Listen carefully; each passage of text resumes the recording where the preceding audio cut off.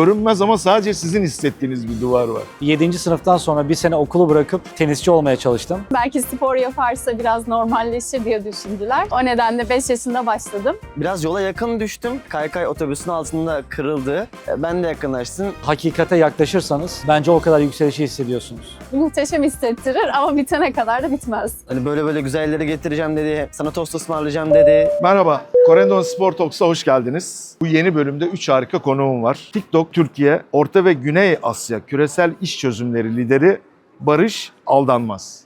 Sevgili Barış, hoş geldin. Hoş bulduk. Bugün hem spor hem sosyal medyayı konuşacağız. Olimpik yüzücümüz Gülşah Eler. Hoş geldin Gülşah. Hoş bulduk. Ve milli atletimiz Berke Akçam. Berke 400 metre miydi? 400 metre engel. Engelli. Evet. O duvar var değil mi sizde? Bir duvar var. Son 50 metreye geldiğin andan itibaren Sporcuların gördüğü bir duvar oluyor genellikle. duvar var değil mi? Evet. Görünmez ama sadece sizin hissettiğiniz bir duvar var. Aynen abi. O duvarı parçalamak çok zor. Barış Bey, yüzmenin faydası çok serisi 30 milyondan fazla izlendi dediniz. Bu muazzam bir görünürlük hakikaten. Sosyal medya için hele Türkiye gibi bir ülkede yüzmenin ya da diğer olimpik branşların çok geride kaldığı bir ülkede gerçekten muazzam bir rakam bu. Peki siz TikTok olarak izleyeni yapan unsur haline nasıl getiriyorsunuz? Bugünkü seminerde de birazcık üzerine dokunduk. Yani bence bugünkü konuşmanın anahtar kelimelerinden bir tanesi bizim Türkiye Milli Olimpiyat Komitesi ile yaptığımız ortaklığın ana hatlarından birini oluşturan anahtar kelime aslında ilham. Sporcularımız çok daha iyi bilir ve yaşıyorlar. Biz spor içeriklerinde genelde müsabaka anlarına odaklanıyoruz. Olimpik sporlarda genelde olimpiyat anına odaklanıyoruz. Halbuki sporun o ilham veren... Sevgili Barış, sözünü kesmek istiyorum. Kahvelerimiz geldi. Önce bir kahvelerimizi alalım, sonra devam Tabii edelim. ki, tabii ki. Corendon Airlines'tan.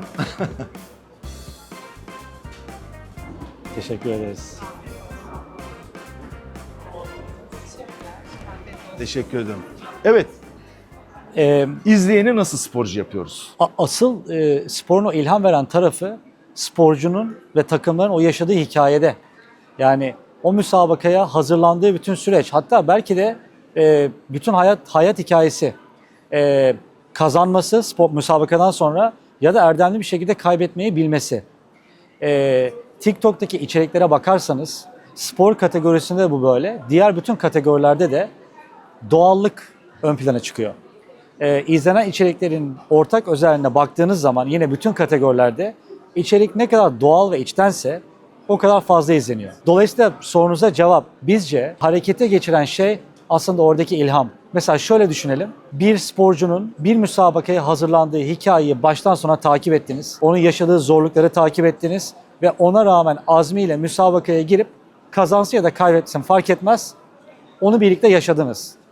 O sporla ilgili herhangi bir aksiyon almanız, o spora başlamayı istemeniz ya da herhangi başka bir spora başlamayı isteme ihtimaliniz sadece müsabakayı izlemenize göre çok daha farklı olacaktır. Dolayısıyla sanırım aksiyona geçiren TikTok'ta o doğallık ve o ilham oluyor diye düşünüyorum. Bir de sanıyorum şöyle bir kaygınız var. Evet, spor tamam ama temiz spor, ahlaki spor gibi bir kaygınız da var herhalde burada. Kaygıdan çok ben bunu şöyle söylerim. Zaten kullanıcıya geçen o. Yani TikTok izleyicisi de zaten orada ona ilham verecek, onunla onun dilinden konuşan içerikleri izlediği için birazcık kendiliğinden olan bir şey bu aslında TikTok'ta. Türkiye malum futbol ağırlıklı ama TikTok'a girdiğiniz zaman aslında bir gencin hiç de aklında olmayan kürek, yüzme, atletizm gibi pek çok görüntüyü izleyenin önüne düşürebiliyor. Burada branşların keşfedilebilirliği gibi bir unsur çıkıyor karşımıza.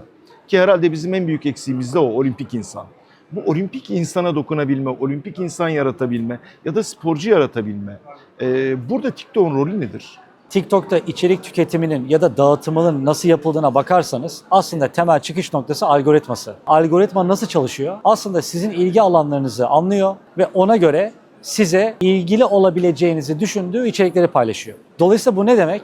Diyelim ki sizin spora ilginiz olduğunu fark etti. Hatta diyelim ki sporda futbola ilgili olduğunuzu fark etti. Çünkü futbol kategorisi de aslında fazla izlenen kategorilerden bir tanesi. Ama sonra algoritma şunu yapıyor. Eğer futbol izlediyse tenis de izleme ihtimali var mı? Spora ilgisi var mı? Ya da yüzmeyi de izler mi? Ya da atletizmi de izler mi diyerek kullanıcıya farklı tipte içerikleri de göstermeye başlıyor. Topluluk da o içeriklerden hoşlandığını görüyoruz ki farklı bir sürü spor kategorisinde çok fazla izlendiğini görüyoruz aynı şekilde. Peki Gülşah, 2004-2008 Olimpiyat oyunları. Barış Bey'e dönüp, Barış Bey o zaman neredeydiniz diyor musun? Diyorum. Peki o dönem sosyal medya yoktu. Eğer sosyal medya olsaydı kariyerin daha farklı mı işlerdi? Evet, aslında dediği gibi Barış Bey'in o yolculuğu kanıtlamak, onu detaylarıyla insanlara anlatabilmek çok kıymetli. Ve ben Edirne gibi küçük bir şehirde büyüdüm ve yüzme sporuna başladım. Ve beni oradan Amerika'ya yüzme bursuyla taşıyan bir spor oldu benim için yüzme. Yani sürecim aslında çok ilham verebilecek bir süreçti ama ben bunu paylaşamadım. Barış Bey geç kalmış. O yüzden çok kıymetli buluyorum. Bugün bir yüzücünün ne kadar zor şartlarda yetiştiğini, hem okulu hem yüzme kariyerini bir arada götürürken sabah 5 antrenmanlarını, şimdi bunları gösteren birçok arkadaşım var. Çok hoşuma gidiyor. Yani bizimle bağ kurabilsinler istiyorum. Sadece bir sonuç üzerinden değerlendirilelim istemiyorum. Artısıyla eksisiyle kendimize ifade etmemize bir araç oluyor aslında sosyal medya artık. Peki sosyal medya bir anlamda sizin hikayenizi anlatıyor. Bir iletişim vasıtası oluyor. Fakat bazen de tırnak içinde söylüyorum bir linç kültürü de geliştiriyor. Bunu genç kuşaklara, şu anda mentörlük yaptığın yeni genç kuşaklara, genç yüzücülere nasıl ifade edebiliyorsun? Nasıl bu konuda yardımcı olabiliyorsun? Kesinlikle. Şimdi orada sporcunun bir kere bence mental olarak çok sağlam olması gerekiyor. Ben kendi kariyerimde de bunun eksikliğini çok hissettim. Mental olarak güçlü olmayan sporcu fiziksel olarak ne kadar güçlü olursa olsun gerçekten aynı şekilde yarışamıyorlar. Burada bir mental destek verilmesi gerekiyor kesinlikle sporculara. Sosyal medya yönetimi de buna dahil olmak üzere. Sporcunun kendi merkezinde kalıp kendi hikayesine odaklandığı, desteği cebine koyup arkasını alıp devam ettiği, olumsuz görüşleri de o kişilere ait bıraktığı, kendi üstüne almadığı bir sistem yaratmak gerekiyor. Tabii ki bu profesyonellerle yapılabilecek bir iş. Psikolog desteği olabilir. Artık spor psikolojisi çok gelişti. Bu desteklerin kesinlikle alınması ve bir sporcunun her türlü fiziksel ihtiyacından mental ihtiyacının da karşılandığı bir sistem oluşturulması gerekiyor. Bu şekilde ilerlenmesi en sağlıklısı bence. Peki ortak bir sorum olacak burada. Kariyer yolculuğuna başlayacağım. Henüz sana gelmedim belki ama sporcu geçmişiniz var mı Barış Bey? Evet, eski tenisçiyim. Eski tenisçisiniz. Üniversite, lise 7 yaşından beri oynuyorum. öyle mi? Profesyonel oynadım. Hatta 7. sınıftan sonra bir sene okulu bırakıp tenisçi olmaya çalıştım. Sonra da sakatlanarak olamadım. Belki de sakatlanma bunun bahanesi olmuştur diye söyleyeyim. Sonra evet üniversitede devam ettim oynamaya. Şimdi amatör şekilde oynuyorum. Bireysel bir spor yaptınız. Ama aslında hani bir takım da gerektiriyor, bir ekip de gerektiriyor. İş hayatına faydası ne oldu bunun? 2 şeyi öğrettiğini düşünüyorum bana genç yaşta. Bir tanesi kaybetmeyi öğretti. Tek başınıza olduğunuz bir spor. Kimseyi suçlayamazsınız. Ve her puandan sonra 15 saniyeniz var bir sonraki puanı oynamak için. Bir önceki puana takılırsanız oynayamazsınız. En temel öğrettiği şey tenisin bana erdemli bir şekilde kaybetmeyi öğretmektir diyebilirim. İkincisi de çalışmadan olmaz. Azimli bir şekilde çalışmaya devam etmenin bugün sonuç getirmese de bir gün sonuç getirebileceğine inanmak bence. Peki Berke niye atletizm? Birçok spor branşı yaptım. Yüzme de dahil, ne bileyim jimnastik olsun, dövüş sporu olsun. Çoğunu yaptım aslında. Anne babadan kaynaklı çünkü sporcu bir genden geliyorum. Atletizmde aslında başlama nedeninden dolayı atletizmle devam ettim. 400 metreyi de, 400 metre engeli de şu anki antrenörüm beni çekti. Ben de yeteneği orada gördü ve oraya yöneldi. Gülşah sen nasıl yüzmeye başladın? Ben de çok hareketli ve hiperaktif bir çocuk olduğum için ailem de sporu çok sevdiği için belki spor yaparsa biraz normalleşir diye düşündüler. O nedenle 5 yaşında başladım ve başlayış o başlayış oldu. Bu konuda yalnız değilsin ama. Bir yaramazımız daha var. Ben hikayeyi anlatayım. Şimdi Berke atletizme başlama hikayesi biraz hakikaten efsanevi. Keşke İspanya'da, keşke Amerika'da ya da İngiltere'de Berke ile yaşıyor ve karşılaşıyor olsaydık. Hakikaten manşetlere konu olacak bir hikayesi var. Annesi bir antrenör ama onu piste götürmesinin nedeni yetenekli olması değil, yaramaz olması. Doğru mu? Doğru. Öyle mi başladın? Dışarıda oynuyordum her çocuk gibi. Biraz aksiyon sporlarını severdim. O zamanlar kaykay kayıyordum. Bir de bulunduğumuz mahalleden dolayı da biraz annem çok fazla durmamı istemiyordu. Şans eseri diyelim. Balkondan annem bakıyormuş. Biz de bayır aşağı kaykaylarla hareketler yapmaya çalışıyoruz, bir şeyler yapmaya çalışıyoruz. Düştüm kaykaydan. Güzel bir şekilde düştüm. Biraz yola yakın düştüm. Kaykay otobüsün altında kırıldı. Ben de yakınlaştım biraz otobüse. Annem de şans eseri yukarıdan gördü, bana bağırdı. Oradan sonra bir eve girdim. Güzel bir azar işittim. Daha sonra artık gözünün önünde olmam için biraz kendisinin yanına götür. Annem de atletizmde antrenörlük yapıyordu o zamanlar. Yani hala yapıyor. Tabii ki de hani istemeyerek gidiyordum başlarda ama daha sonra hani il seçmelerinde güzel dereceler yaptım. Şehir gezmeye başladım. Artık bir süre sonra tatmin etti beni. Daha sonra devam ettim.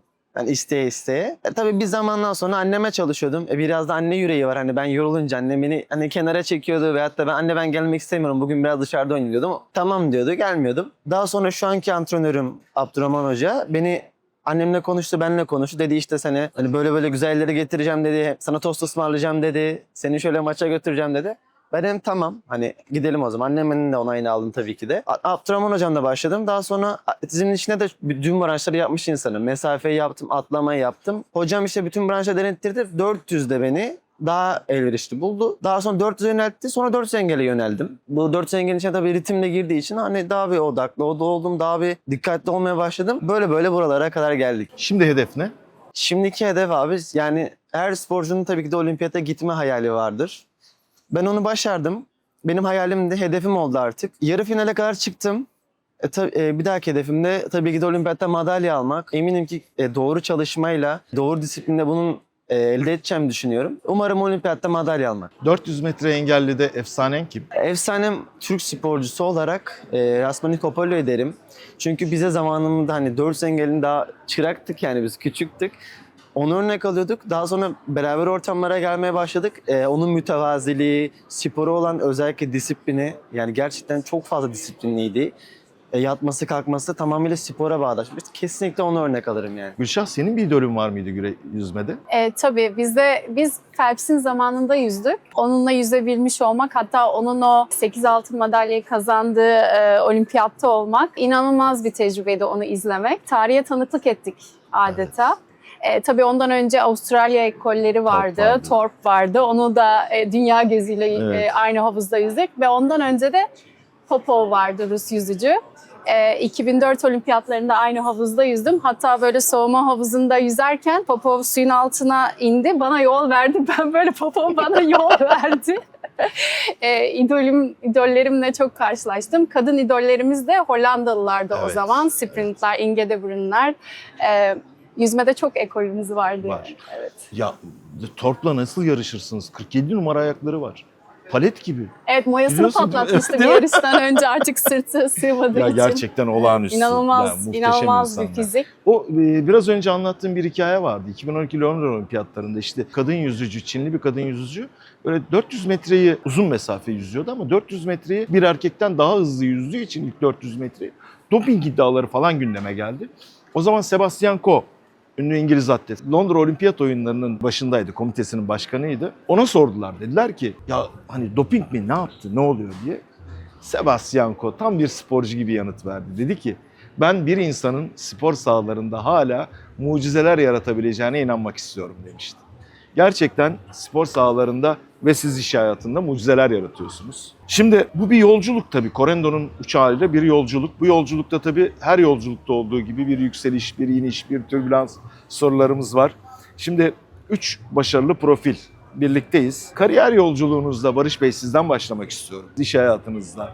Evet işte burası benim için dönüm noktası dediğiniz, yükseliyorum dediğiniz nokta neresiydi? Tabii ki de yükseliyorum diye hissettiğim anlar oldu ama inanın böyle yani hiçbir zaman evet oluyor hissiyatına hiçbir zaman gerçekten kapılmadım. Buna ben farklı bir açıdan şöyle bir cevap vereceğim. Ben yükselişin hakikaten insanın içinde olduğunu düşünüyorum. Hepimiz belli özelliklerle kontrol edemediğimiz yine belli hayat hikayeleriyle doğuyoruz. Ailemizi seçemiyoruz, doğduğumuz yeri seçemiyoruz. İlk çok birkaç sene yaşadığımız hayatı seçemiyoruz. Bence yükseliş hem insanın kendi doğasını, kendi hakikatini anlaması, yaşamıyla birlikte onu anlamlandırması ve oradan etrafına nasıl faydalı olabilir olabildiğince ve kendine cevap bulmaya çalışması. Ben buna sanırım işte bir önceki işimi bıraktığımda ve birazcık bir sene bir şey yapmayacağım ve gerçekten ne yapmak istediğimi düşüneceğim dediğim dönemde ve TikTok'ta karşılaştığım zamanda ilk defa o hisleri hissetmeye başladım. Yani dolayısıyla pratik olarak cevabım o olur ama temel cevabım gerçekten ne kadar içinizde olan o neyse o hakikate yaklaşırsanız bence o kadar yükselişi hissediyorsunuz. Gülşah sen nasıl yanıt verirsin? Üniversiteye ilk gittiğim sene Amerika'dan yüzme bursu almıştım ve inanılmaz bir kültür şoku yaşadım orada. Çok zorlandım. Hem antrenmanlara, onların sistemine ayak uydurmakta. İlk 3 Sen ay... ikinci soruya yanıt veriyorsun şimdi. Öyle mi? Zorlandığın anı söyleyecektim. Ha, pardon. Aslında öyle. İkisini birleştirdim. Bu zorlandığım andan sonra orada bir karar vermem gerekiyor. Yani dönecek miyim yoksa burada kalıp bu işi yapacak mıyım? Ve ben orada o kararı aldıktan sonra gerçekten yükselişe geçtiğimi hissettim. Zihnimde tamam artık buradayız ve bunu yapacağız dedikten sonra hakikaten derecelerim düşmeye başladı, oradaki başarılarım artmaya başladı ve o ivmeyi yakaladım. Hani gitmek kalmak arasında kaldığımız o belirsiz gri alanda kendimi gerçekten dediğiniz gibi kaybolmuş hissediyordum. Ama o kararı verdikten sonra buradayız artık, bunu yapacağız dedikten sonra o yükselişi ben de içimde hissettim. Sen aynı anda yaşamışsın iki Evet, duyguyu. aynen. Hayatı. Senin yanıtını biliyorum. Kamyonun altından kurtulduğun an. Aslında şöyle 2019'da evet ilk uluslararası madalyalar almıştım. Hem bayrak takımından hem de bireysel olarak gençlik olimpiyatında almıştım. Fakat daha sonra araya bir karantina dönemi girdi. Karantinadan sonra ikinci yarışımda olması lazım. İlk 50'nin altına inen ilk Türk atlet oldum. 49 saniyeyle. Ben orada artık bir kendime dedim hani galiba bir başarıyorum yani. Çünkü 50 saniyenin altına inmişim. Artık böyle hani globallarla bir arada aynı dereceleri koşuyorum. Dedim ki yani ben olmaya başladım. Hani artık daha iyisini yapmam gerekiyor. Her zaman öyleydi ama o 49 saniye 50 saniye altına inince hani bir kırılma noktası oldu. Yani kendimi orada hissettim açıkçası içimdeki o aşk. Berke, sanki o yaramaz çocuk, hani o kamyonun altında kurtulan çocuk hala içinde yaşıyor. Böyle dışarıya çıkmak için çaba sarf ediyor gibi bir şey var sende. Abi var yani ister istemez o kanda da olan bir şey birazcık. Yani kendim içimde de hissettim. İşte o yaramazlığı enerjimi yarış içinde antrenmanda atmaya çalışıyorum. Yani atamazsam belki yine kaykaya geçerim. Senin sportif kariyerinde türbülansa girdiğin bir an var mı? Benim sakatlık dönemim bir türbülans oldu bana açıkçası. Sakatlık dönemim 2022 yılında ciddi bir sakatlık yaşadım. Kaval bölgesinden kis gibi bir çatlak oluşmuş. Özür dilerim, kis değil, çatlak oluşmuş. Yani o bir sene boyunca hiçbir şey yapamadım. Herhangi bir antrenman ya tabii ki de yani ayağımı zorlamadan üst kor bölgelerini geliştirmeye çalıştım. Fakat yani görüyorsun arkadaşların koşuyor, yarışlar oluyor. Yani bir rekabet var ama içinde sen yoksun. Bu benim için çok kötü bir dönemdi.